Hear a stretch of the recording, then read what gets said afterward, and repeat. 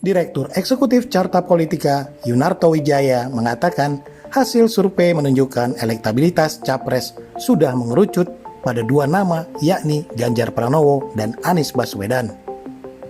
Survei terbaru yang digelar lembaga Carta Politika menempatkan Gubernur Jawa Tengah Ganjar Pranowo sebagai tokoh dengan elektabilitas tertinggi berdasarkan survei yang dilakukan pada 4 hingga 12 November 2022. Ganjar menempati posisi teratas dari 10 nama yang disurvei dengan elektabilitas 32,6%. Di urutan kedua, calon presiden yang diusung Partai Nasdem, Anies Baswedan meraih elektabilitas 23,1%. Mantan Gubernur DKI Jakarta itu dibuntuti oleh Menteri Pertahanan Prabowo Subianto dengan elektabilitas 22,10%.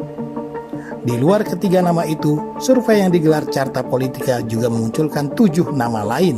Namun ketujuh nama itu hanya memperoleh suara di bawah 10%. Mereka adalah Ridwan Kamil dengan 5,6% suara, Agus H. Yudhoyono sebanyak 3,5% suara, dan Sandiaga S. Uno dengan 2,0% suara. Adapun tokoh dengan elektabilitas di bawah 2% adalah Khofifah Parawangsa dengan 1,6% suara, Puan Maharani dengan 1,6% suara, Airlangga Hartarto dengan 1,5% suara, dan Erick Thohir dengan 1,4% suara. Yunarto Wijaya dalam paparan survei mengatakan dalam setahun terakhir tren suara Ganjar mengalami kenaikan cukup signifikan, sedangkan Prabowo dan Anies bertukar posisi di urutan kedua. Menurutnya ada perubahan di peringkat kedua dan ketiga dibanding survei September 2022 lalu.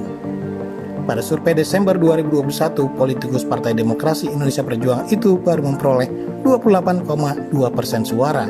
Selanjutnya pada survei Juni 2022, suara Ganjar naik menjadi 31,2% dan naik lagi menjadi 31,3% pada September 2022. Tren penurunan suara dialami oleh Prabowo. Pada survei Desember 2021, Ketua Umum Partai Gerindra itu menempati posisi kedua dengan suara 23,8%. Namun suara Prabowo turun menjadi 23,4% pada Juni 2022 dan sempat naik pada September 2022 dengan elektabilitas 24,4%. Berbeda dengan Prabowo, elektabilitas Anies Baswedan justru melompat dibanding rilis Desember 2021 yang hanya mengantongi 19,6%.